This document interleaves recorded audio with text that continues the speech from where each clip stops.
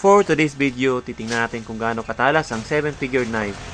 So, mahigit na sa 30 years na po niyang ginagawa yan. Since yung mga plantation pa dati dito sa Subasta, Kalinan, Davao City. So, successful naman po siya sa iyang ginagawa. Saka wala po yung mga sakit. Kasi ang talas po ng 7-figure knife. So, isang hampas lang po, putol agad. So, kailangan mo talaga ng training. Kailangan mo talaga magaling kang dala nito kasi medyo may kabigatan. Pero ang talas po. Tsaka ang dali ng trabaho po. Ayon po sa record ng pruner, sa 3,500 na puno, kaya niyang i-pruning sa 5 araw lang po.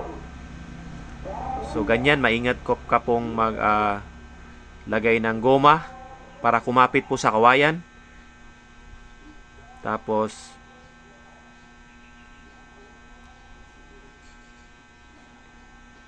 ganyan po, higpitan mo po gamit ang isang goma.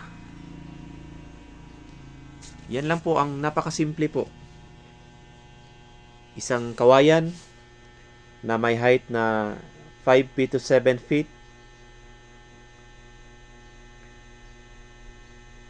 Tapos itatali mo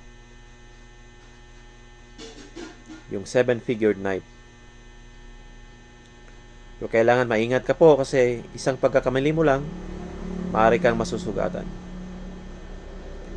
So, ganyan po siya kataas. Kaya abot lahat. Matip pruning, sprouting, side pruning.